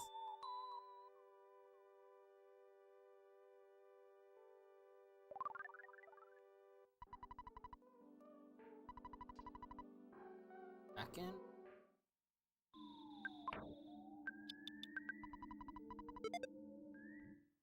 Nice. It wasn't a total walk up to the shop. Ah. We're back out. This cliff skip. Oh man, this is the one right here.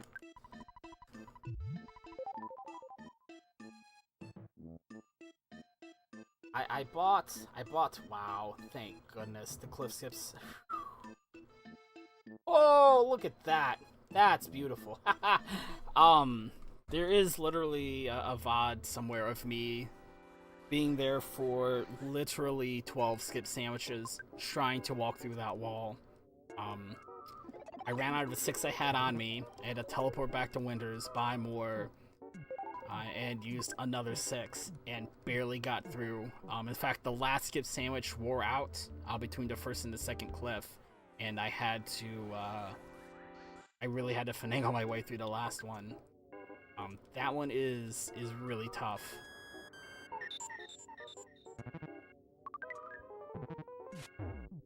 Oh my gosh, please let me run away. Who got shroomed? Pooh got shroomed. Cool beans. Okay. So Shroom is confused. Pooh is confused. Pokey. Absolutely no damage on the boss fight because I don't want him to possibly kill me. And we've got so many extra bombs and stuff right now. Thank you. The tough thing about this, the reason why we have to do this after Ness's Nightmare is there is no way for us in Pajama Percent to walk out of bounds to get to this section of the map. I've tried really hard. Somebody made a map of the tile sets, so you can know where you can get to on Pajama Percent and where you can't. It cannot be done, as far as I know. So it's best just to wait until you get the free teleport to Saturn Valley anyway, and then just walk over here from there. Because even getting to Saturn Valley out of bounds is a real pain in the neck. There's just no great fast way to get over here. It's just a big pain in the neck.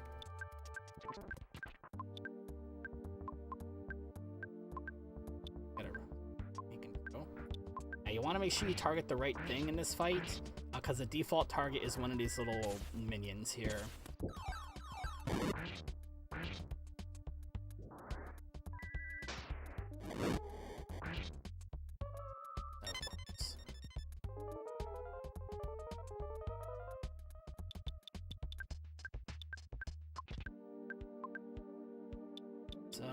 Yeah, big one. Oh, I didn't realize I had one. Okay. I should do it. Nice. Okay. I forgot I still had that. Usually throw that at somebody. Oh yeah, but he was dead. Yeah. So that is all of our sanctuaries.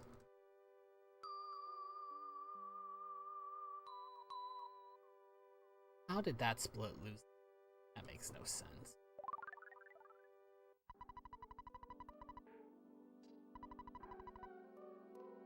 I gotta clear out these gold splits.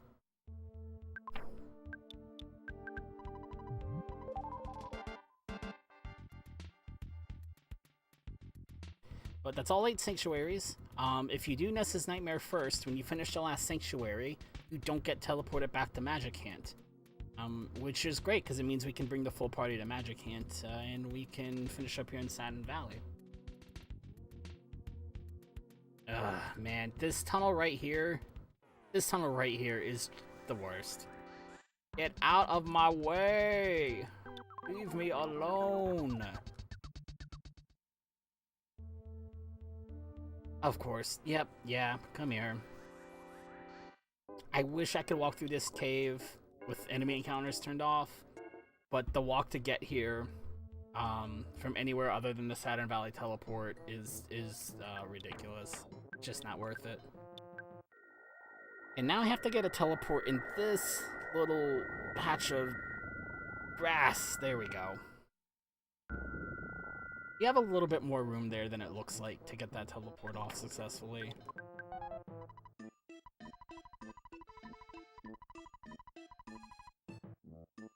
We'll be making our way towards the end of the game now. KO. yeah, we still haven't met Paula.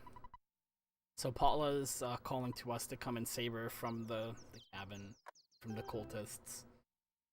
About that, Paula. That's not gonna happen. Sorry.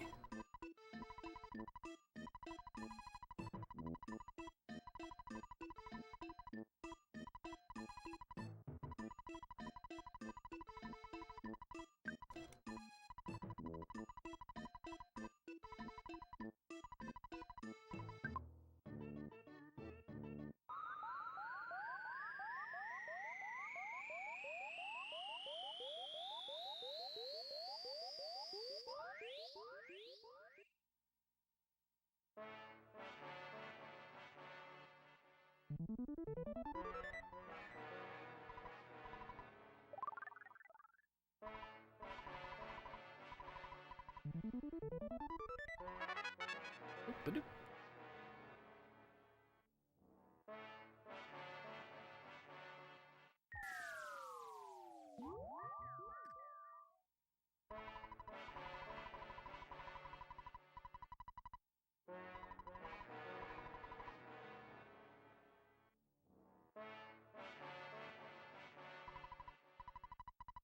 Alright, so the Phases Order 2 that we just used took us to where we're supposed to fight Gygas, to save the universe.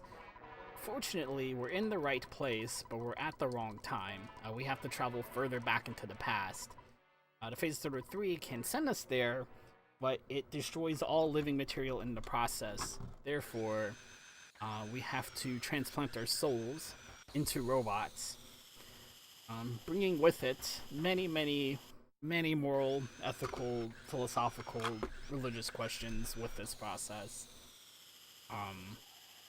None of which we'll be able to get into during the context or the time of the speedrun. But yeah, just gonna stick our souls in some robots here.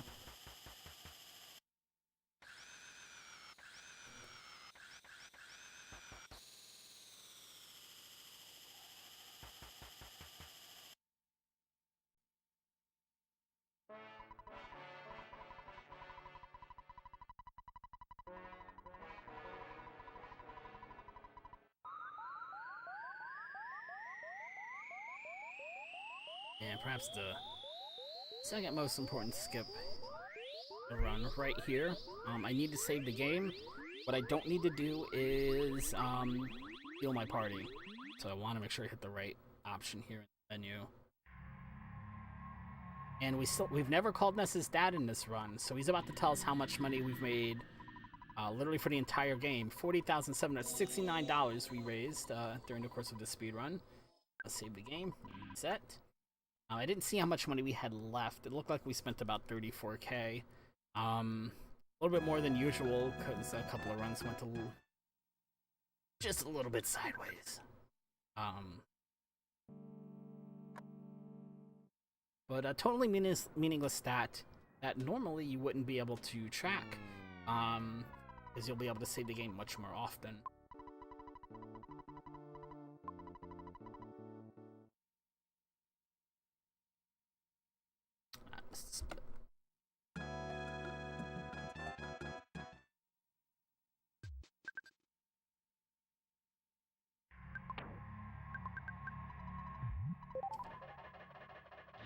Yeah, some of these skip stamps have been a little waste, unfortunately.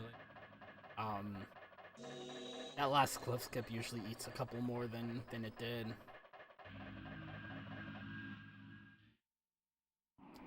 Again, though, I don't think I mentioned it earlier, but when you're air quote out of bounds during a stairs glitch, you cannot get into enemy encounters. She's got the Sea Pendant Franklin badge. He's got the rabbit's foot on. Got a Horn of Life. He's got a couple life noodles. Got a Horn of Life. Oh, let me move some of these Dragonite over to Paula.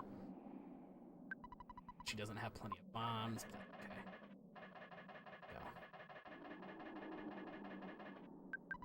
Oh, hey, come on, start the cutscene. There we go. Also, there's no robot Pajama Ness.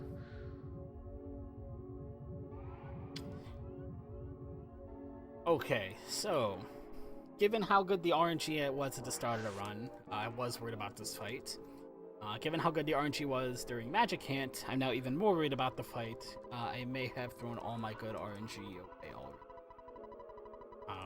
Ideally, what will happen is the first turn I will paralyze Pokey. I will put a PK shield on the party to block the strongest attacks that Gygus will throw, and I'll get some damage out. What's going to most likely happen is somebody's going to die a horrible death. My party. Here's my shield. Multi-bottle rocket. Again, make sure you hit Pokey. You don't want to hit Gygus, or bad things happen. And I'm going to assume Paul is going to die. And we got the weak attack, so that's good. Good RNG here. So that couple lightnings will go to waste, but it's okay. If you do the heaviest attack out, that would save Paula, so that's important. He didn't kill anybody, that's good. Paralyzed sticks. Did not stick. That's okay. Got the shield up.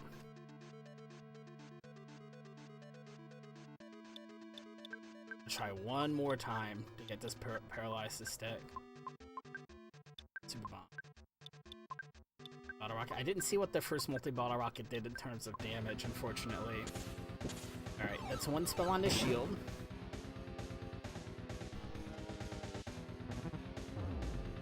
Alright, who's going down? Stick! Yes! Alright. Nice! Alright! Good. Ah, dog. Let's go.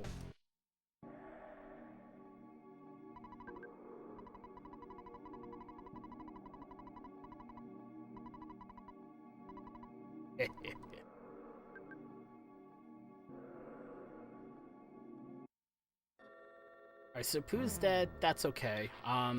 It'd be nice to have him. I don't have to have him at this point. Does he have any super bombs left? Yes, he does. Nice. Because multi-bottle rockets do not hit this form of Gygus. I'm trying to lay down as much damage as I can right now. So right now, Jeff is kind of a waste of a turn. Every time I have to menu something, put it a command for Jeff, I'm losing frames at this point. Ness still has some function for me. He can heal up Paula and deal out some damage. Excuse me.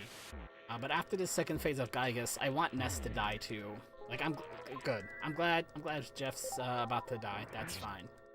Because I don't need him.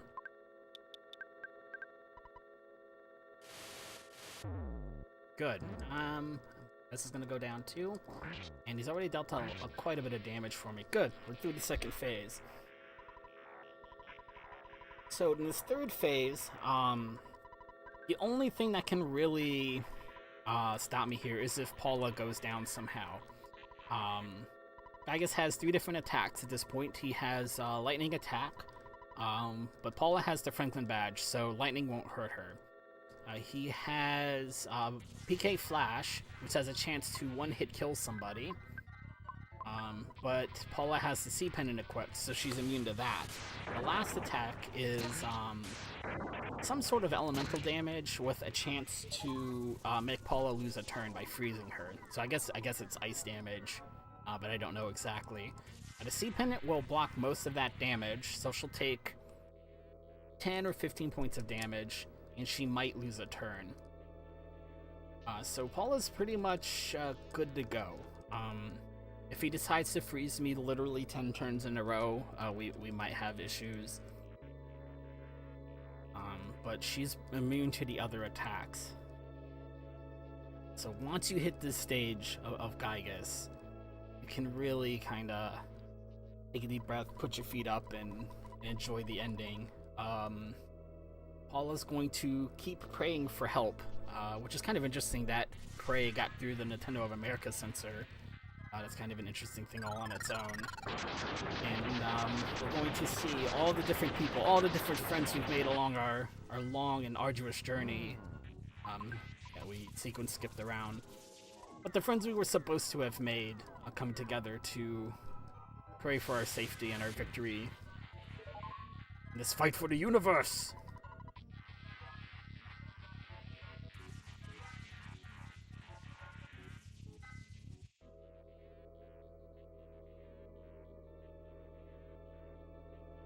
away 5. So that first prey, I was too busy talking to talk about it. That first prey cutscene where it goes back to Saturn Valley with the phase distorter.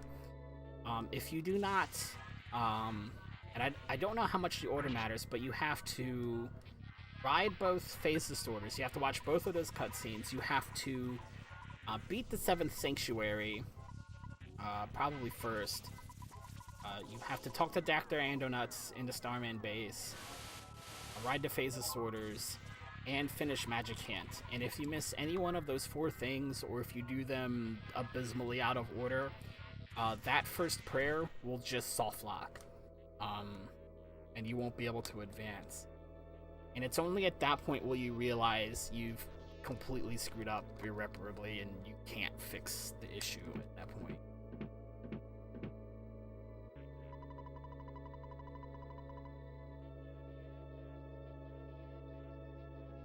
There's all of Piner's friends.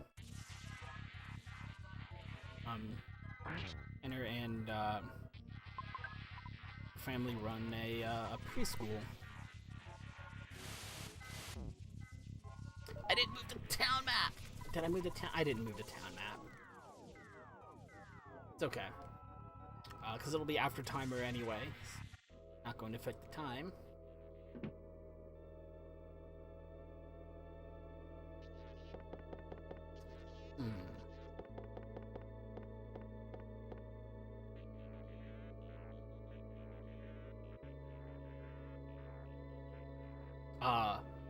Oh jeez, I thought it froze for a second. I never realized how long that pause was. And that would have been the worst ever. That's never happened before. Marathon quote of all time. I never realized how long that pause was before. Man. Don't do that to me. Don't do that to me, game. Oh, come, stop freezing me. Stop freezing me. Stop!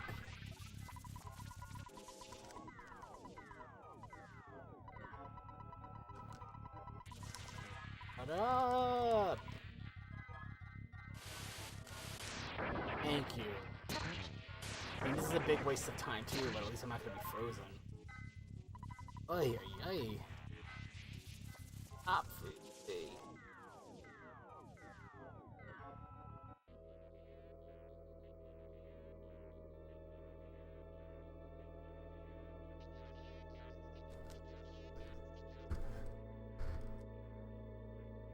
So while we're more or less smashing through text here, I know we're gonna wrap things up on the event and after the run is over. Since I've got a couple of minutes here, I do want to thank everybody who has supported the event in any way, whether it's been hosting, sharing on social media, submitting runs, running, donating, whatever it was. The money that's going to St. Jude's is going to be spent very well. It's going to be very highly appreciated. They do a lot of fantastic work at St. Jude's Children's Research Hospital.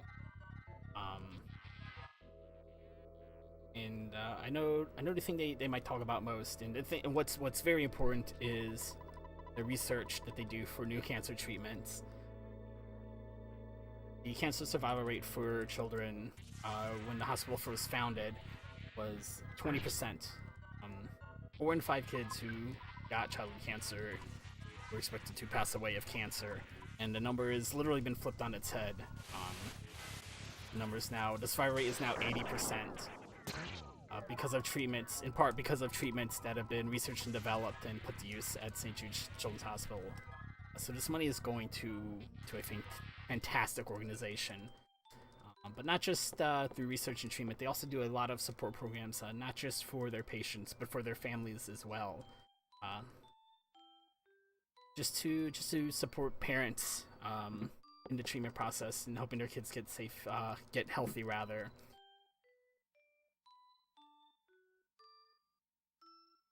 I mean, it's important to have the right treatment. It's important to have the right medicine. Don't get me wrong, but parents go through. It's gotta be very, very tough on parents as well, and the hospital's there to support them just as much as they are the children. Which is something that sometimes might get lost or forgotten when you think of how best to treat pediatric patients. But being able to work with the parents and support them as well is equally as important. So I'm glad I was able to help support a great cause, a fantastic cause, by pitching in and helping out with the event this weekend. That prayer, by the way, man, the first time you see that, ooh, man, I got, take goosebumps down my spine. Time's gonna be, when Paula's turn starts here, right after this attack. Oh no, I got frozen! No, you jerk! Why? There it is, time. Whew. 1:55:07 on my screen, which is a big PB for me. I actually finished. Oh wait, hold on. I'm talking of something. PB for me.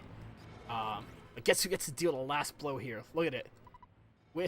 Which hat? Who is this? I don't know who this could possibly be.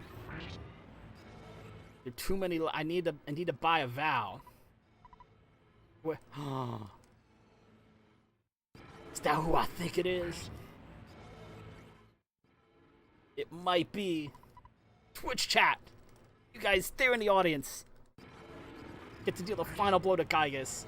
Assuming you could read it, because man oh man, this particular cutscene just hates bitrate on Twitch. You may or may not have been able to read it. But it is you, all of you there in Twitch chat, combining your powers into a mighty spirit bomb prayer to send Gygas packing.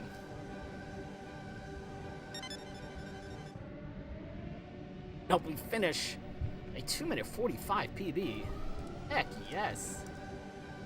Not a PB over the time I have on speedrun.com. A PB on the times I've been working on all week.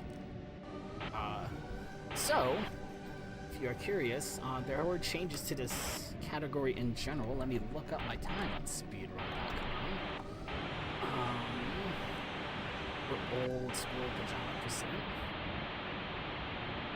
Because it's a very big difference in times with the new things that were found. Because now I'm curious.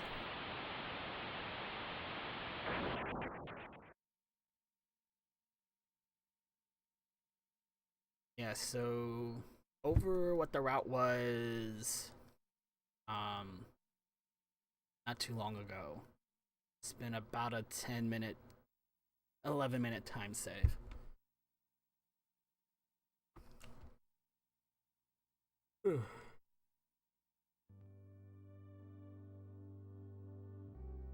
If you are curious why time stops so early, rather than at the credits, it's because you literally cannot run the credits. If you try to run the credits, you have to change out of your pajamas, so timer is at Gygas rather than the credits like it usually is for EarthBound. Otherwise, that is it. EarthBound Pajama percent. All Sanctuaries, thank you very much everybody who donated to make the incentive happen. It was really fun getting to take another swing at the route for this old category and kind of bring it back to life here and find a new way to do it. It was just a lot of fun routing this out all week. Whether or not it can be improved on, of course, if anybody else wants to take a look at it, I'm sure it can be, but working on it to this point has been a ton of fun. And thank you again for giving me the chance to do so.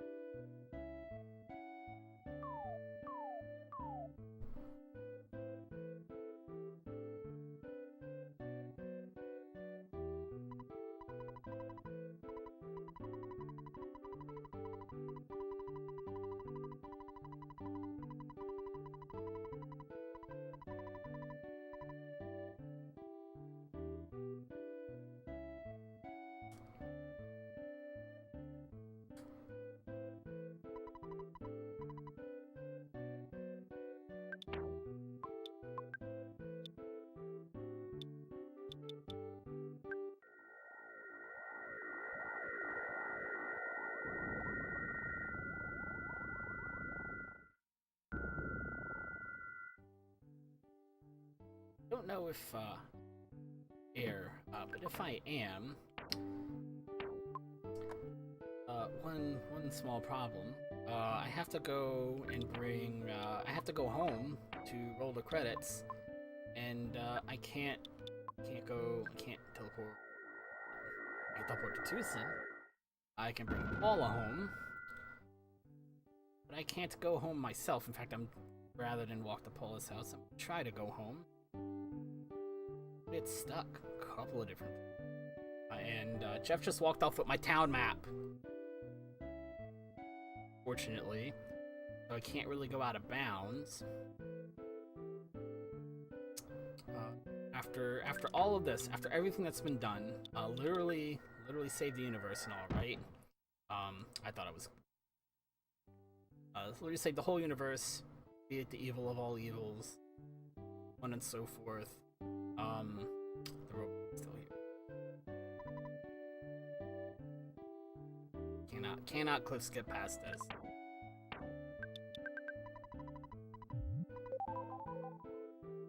Not gonna happen. This is literally the end of our journey, is this roadblock. And thank you very much again for inviting me to come show it off.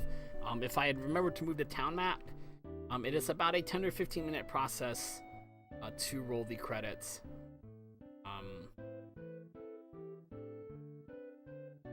But that's is not part of the official run, because you still have to change out of your pajamas, so it doesn't really count. Yes, I am all set, Deathline.